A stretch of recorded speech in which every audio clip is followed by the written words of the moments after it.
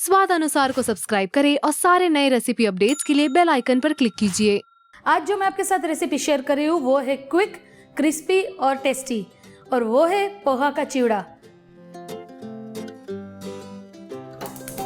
2 से 3 बड़े चम्मच तेल डालेंगे।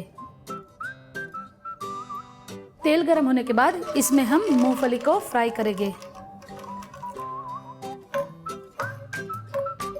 मूंगफली को हमें लाइट ब्राउन होने तक फ्राई करना है।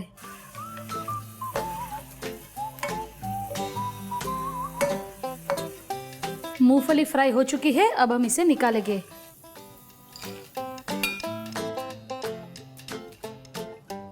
अब हम इसी तरह से दालिया भी फ्राई करेंगे।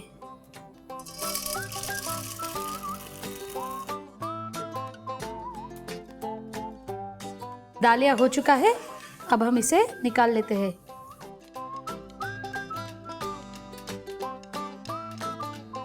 अब मैंने सूखा कोपरा लिया है, इसे फ्राई करेंगे।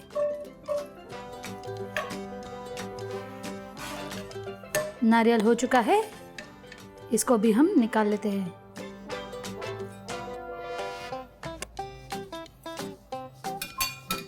तो अब हम इसका तड़का रेडी करेंगे, और इसके लिए मैंने लिया है 3 लाल मिर्च, 2 हरी मिर्च जिसे मैंने बारीक काट लिया है, और 1 साबुत हरी मिर्च, और इसी में मैं पोहा ऐड कर रही हूँ।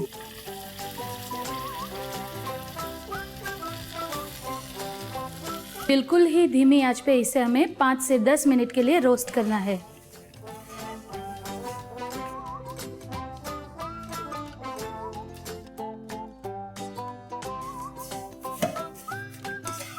पोहा अच्छे से रोस्ट हो चुका है, अब हम इसमें स्वाद अनुसार नमक ऐड करेंगे।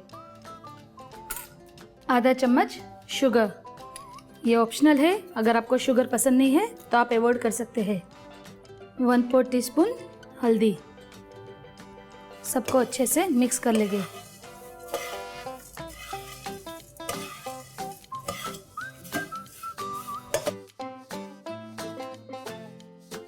और अब हम इसमें ये ऐड करेंगे जिसे हमने पहले से ही फ्राई किया हुआ है, मूंगफली, दालिया और कोपरा, सबको अच्छे से मिक्स कर लेंगे।